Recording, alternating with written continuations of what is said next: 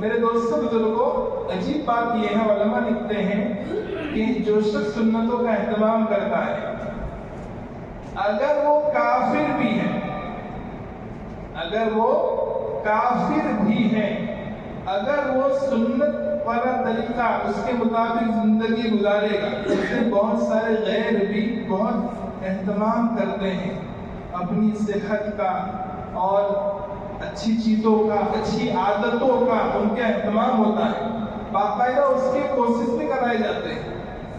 علماء لکھتے ہیں اگر کوئی شخص کافر ہو اور وہ سنت کا اہتمام کرے، آپ علیہ السلام کے کھانے پینے کے جو طریقے تھے، اٹھنے جاگنے کے جو طریقے تھے، چلنے اور معاشرت کے جو طریقے تھے، پڑوسیوں کے ساتھ رہنا اور جو آپ نے طریقے تعلیم فرمائے ہیں، اگر کوئی شخص ان کا اہتمام کر لے، وہ کافر بھی ہو، اس کو دنیا میں ضرور نفع پہنچے۔ آپ اندازہ لگائیں میرے بھائیوں، شریعت و سنت کی اتباع پر کامیابی آخرت میں تو ملے گی ہی، آخرت میں تو ملے گی ہی، لیکن انسان حریص واقع ہوا ہے، لالچی واقع ہوا ہے، وہ فوری نفع چاہتا ہے۔ آپ قرآن میں اللہ پاک نے آخرت کو عاجلہ کہا، عاجلہ، وَتَذَرُونَ الْآخِرَةَ عَاجِلَةً، ایک جگہ پر آخرت کو عاجلہ کہا، اور دنیا جو ہے عاجلہ ہے، دنیا کو عاجلہ کہا اور آخرت کو عاجلہ اور آخرہ کہا۔ آخرت جو ہے آخر میں آئی ہے۔ اللہ پاک نے 3 دار بنائے ہیں، 3 دار بنائے ہیں، ایک دار دنیا، ایک دار برزخ جس کو قبر کہتے ہیں، برزخ کا عالم، اور ایک دار آخرت۔ ان میں جو آخرت ہے اس کو آخرت اسی لیے کہتے ہیں کہ وہ آخر میں آئے گی، اور دنیا کو عاجلہ کہتے ہیں، عاجلہ۔ عاجلہ کے معنی جو نقد چیز حاصل ہو جائے، جلدی مل جائے، چونکہ دنیا میں انسان دیکھتا ہے، وہ دنیا زندگی گزار رہا ہے، یہاں کی ہر چیز نقدی ہے، اور آخرت کا جو معاملہ ہے، نیک اعمال کرنا، اس پر اجر و ثواب کا مرتب ملنا، مرتب ہونا، یہ بعد میں ہوگا۔ تو انسان جو ہے جو بعد کی چیز ہوتی ہے اس کو پیچھے کر دیتا ہے، وہ سوچتا ہے کہ بعد میں کس نے دیکھا، نقد مل جائے، نفع وہ بہتر، یہ انسان کی سوچ ہوتی ہے۔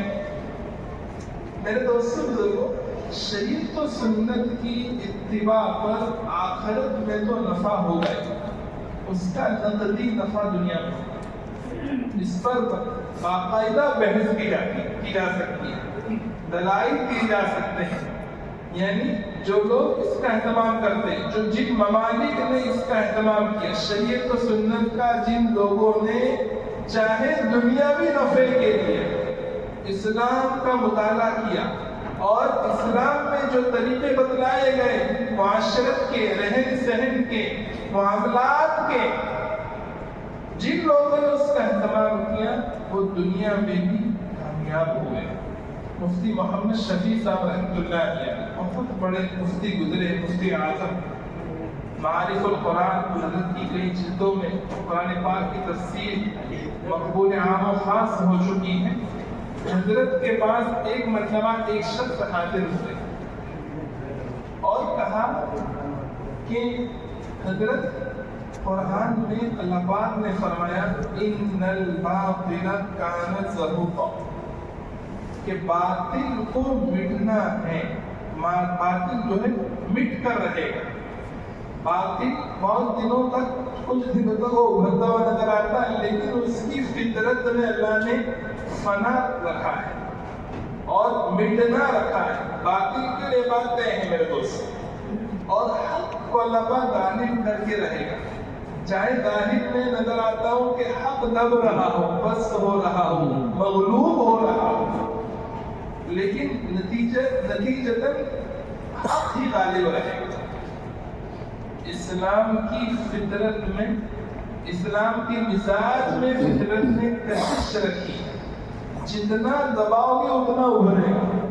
ایک شاعر کہتا ہے کہ جہاں میں اہل اسلام مثل خورشید جیتے ہیں، دنیا میں مسلمان جو ہیں مثل خورشید، خورشید کہتے ہیں سورج کو، دنیا میں اہل اسلام، جہاں میں اہل اسلام مثل خورشید جیتے ہیں، ادھر ڈوبے ادھر نکلے، ادھر ڈوبے ادھر نکلے۔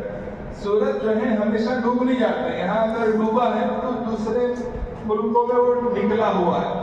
تو اسی طرح اللہ پاک نے اہل حق کو بھی رکھا ہے، حق کی برکت سے میرے دوست بزرگوں اہل حق کو بھی غلبہ ہوتا ہے، چاہے وقتی طور پر ایسا نظر آئے حالات کی وجہ سے وہ مغلوب ہو گئے، ڈوب گئے، خسارے میں چلے گئے، لیکن یقین کے ساتھ اگر حق کو تھاما جائے، شریعت و سنت پر عمل کیا جائے، میرے دوست بزرگوں فتح و کامرانی انشاءاللہ ہمارے ہی حصے میں ہوگی۔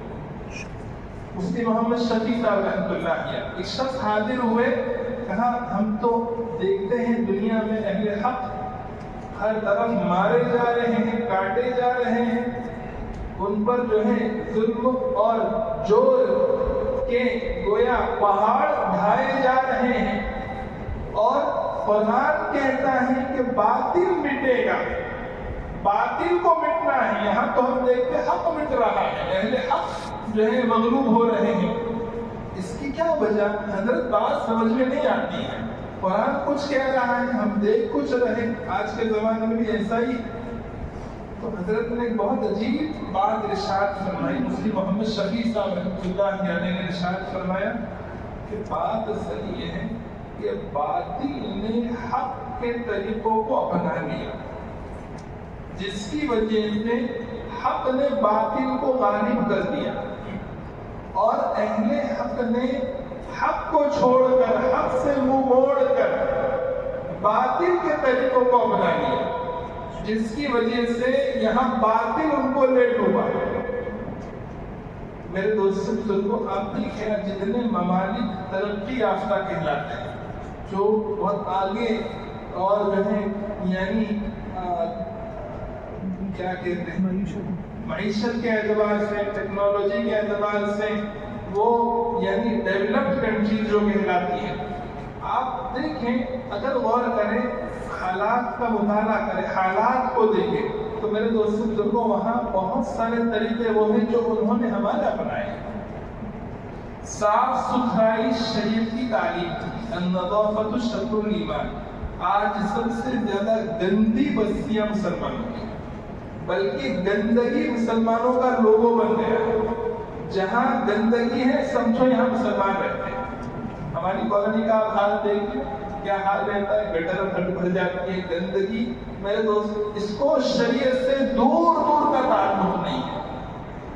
النظافۃ شطر الایمان، صاف ستھرائی کو آدھا ایمان کہا گیا ہے، یہ شریعت کی تعلیم ہے۔ آپ علیہ الصلوۃ والسلام نے صفائی کی تعلیم فرمائی ہے۔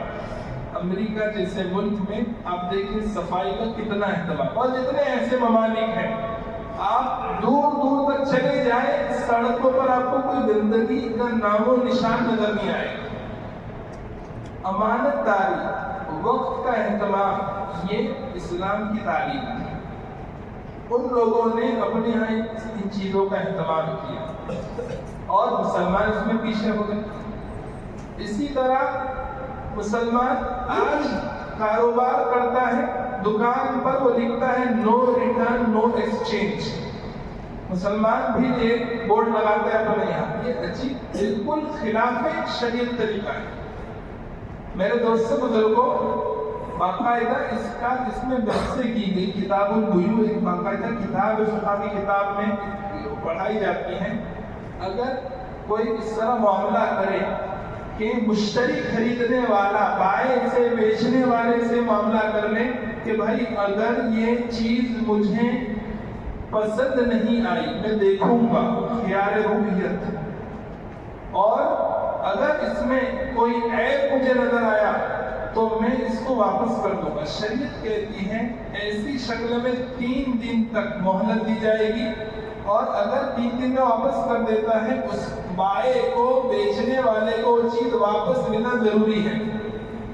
اور آج مسلمان جو معاملہ کرتا ہے یہاں سے لے کر کے اگلے دن آیا، پہچانتا بھی نہیں ہے اور گالم گلوچ اور اس طرح جو معاملہ ہو یہ بات شریعت کے مطابق نہیں ہے۔ اور اگر اس کے علاوہ بھی ایک اور لفظ آتا ہے شریعت میں جس کو اقالہ کہتے ہیں، اقالہ کہتے ہیں کوئی سودا کرنے کے بعد اس کو ختم کر دینا۔ اگر کوئی شخص اقالہ کرتا ہے، کوئی تاجر، بزنس میں دکاندار اقالہ کرتا ہے، حدیث شریف میں آتا ہے قیامت کے دن اللہ تعالیٰ اس کے گناہوں سے اقالہ فرمائیں گے۔ اقالہ مانا درگزر کرنا، بیچا ہوا مال واپس کر دینا، گویا درگزر کر دیا، ٹھیک ہے ہو گیا تھا سودا لیکن آپ کو نہیں پسند ہے تو واپس کر لیں۔ میرے بھائیوں، ہمارے جو کچھ لوگ رہتے ہیں، ہمارے بڑے بھائی، انہوں نے بتایا کہ وہاں یہ معاملہ ہے کہ اگر آپ کو کوئی چیز پسند نہیں آئی، کسی اسٹور میں سے آپ نے کوئی چیز خریدی، وہ لوگ اس کا اہتمام کرتے، نمبر آپ کا لے لیں گے، آپ کا ایڈریس وغیرہ ان کے پاس ہوگا۔ اگر کوئی چیز آپ کو پسند نہیں آئی، آپ نے اس کو استعمال کر کے وہاں واپس کر دیا دکان پر، تو گالی کیا، وہ سوری بول کر وہ اپنی چیز واپس لے لیتے ہیں۔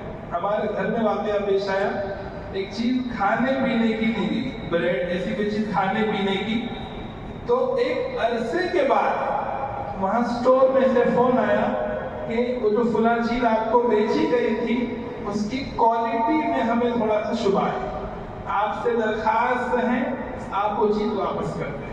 میرے دوستوں بزرگوں یہ ایک طریقہ ہے، لیکن اس میں دیکھیے انہوں نے اس کو تو اپنایا، لیکن اس میں انہوں نے جو شرعی ضابطہ ہے، شریعت نے جیسے مدت مقرر کی ہے، شریعت نہ بیچنے والے کا نقصان کرتی ہے اور نہ خریدنے والے کو ضرر پہنچاتی ہے، دونوں کا اس میں نفع ہے۔ شریعت کی اتباع میں ہر ایک کا نفع، خلاصہ یہ انہوں نے یہ طریقہ تو اپنایا، اب لوگ بھی لوگ ہوتے ہیں، وہاں ایک معاملہ ہو گیا، اس طرح مزاج ہو گیا لوگوں کا کہ اسٹورز میں چیزیں خریدتے ہیں، اس کو اچھی طرح استعمال کرتے ہیں اور ایک مدت کے بعد جا کر کہہ دیتے ہیں، قانون بنا ہوا ہے کہ ہم کو یہ چیز پسند نہیں ہے، اچھی طرح استعمال کر لیا اور پھر اس کو واپس کر دیا۔ میرے دوستوں بزرگوں، بہرحال بات یہ ہے شریعت و سنت کی اتباع کرنے سے انسان کو آخرت میں تو کامیابی ملے گی۔ جس دنیا کے پیچھے ہم دوڑ رہے ہیں، جس دنیا کو ہم لوگوں نے مقصود بنا کر رکھا ہے، اگر اس دنیا میں، اس دنیا کے کاروبار میں اور دنیا کے شعبوں میں اگر ہم شریعت و سنت کا اہتمام کر لیں، میرے دوستوں بزرگوں، یہاں نقدی نفع بھی ملے گا، اللہ پاک اس کی برکت سے دنیا بھی چمکائیں گے۔ لیکن شکایت میرے دوستوں بزرگوں ہم جو ہے اپنوں ہی سے کرتے ہیں، غیروں سے بھی، اس لیے کہ مسلمان ہی آج شریعت پر عمل کرنے کو تیار نہیں ہے، اس کو تو غیروں کے طریقے اچھے لگتے ہیں۔ یہ عجیب ظلم ہے، غیروں کے یہاں میرے دوستوں بزرگوں آپ دیکھیں گے ہر گھر میں اپنے مذہب پر اگر وہ کچھ مذہبی ہیں تو وہ کسی طرح اسلام کے کسی طریقے کو برداشت نہیں کرتے۔ اگر ان کا کوئی بچہ کرتا ازار پہن لے اور اسلامی کوئی طریقہ اس پر عمل کرنے لگے تو فوراً وہ اس کو یعنی اس پر اعتراض کرتے، اس کو برداشت نہیں کرتے۔ لیکن عجیب بات ہے، مسلمانوں کے حال، گھروں کا یہ حال ہے، کیا ظلم ہے۔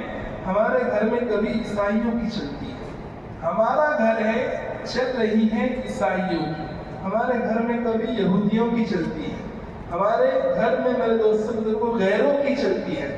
یعنی اتنی غیرت ہمارے اندر نہیں رہی کہ ہم جو ہے اپنے طریقوں پر عمل کریں۔ میرے بھائیوں، غیروں سے وہ مانگے جس کے پاس اپنا کچھ نہ ہو۔ شریعت سے، اسلام سے زیادہ مالدار کوئی مذہب نہیں۔ ہمارے استاد کا جملہ ہے، شریعت سے، اسلام سے زیادہ مالدار کوئی مذہب نہیں ہے۔ یہاں ہر چیز اپنی ہے، استنجے سے لے کر قاضی کی عدالت تک اور گھریلو انفرادی زندگی سے اجتماعی بازار کی زندگی تک ہر میدان میں آپ علیہ السلام نے ہم کو تعلیمات دی ہے. شاعر کہتا ہے مانگتے پھرتے ہیں اغیار سے ہم مٹی کے چراغ. غیروں سے ہم مٹی کے چھوٹے چھوٹے چراغ مانگ رہے ہیں.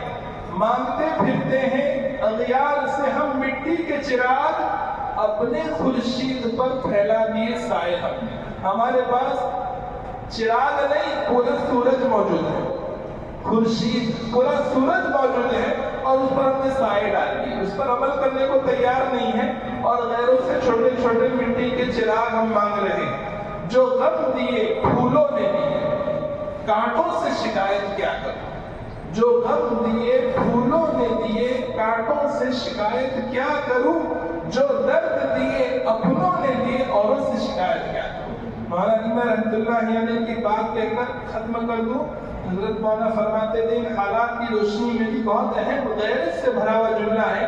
فرماتے تھے ہم اپنے اس ملک میں اپنی داڑھی ٹوپی, اپنے عصا مسلح اور اپنی تسبیح اور مسواک کے ساتھ زندہ رہنا چاہتے ہیں. میرے بھائیوں, غیروں پر اعتراض ٹھیک ہے, لیکن مسئلہ اپنا ہے. ہم بھی کہاں شریعت پر عمل کرنے کو تیار ہیں. پھر اس طرح کے قوانین بنے تو ہم روتے پھرتے ہیں. اللہ پاک ہم سب کے قصور کو معاف فرمائے, شریعت و سنت کی اتباع کی توفیق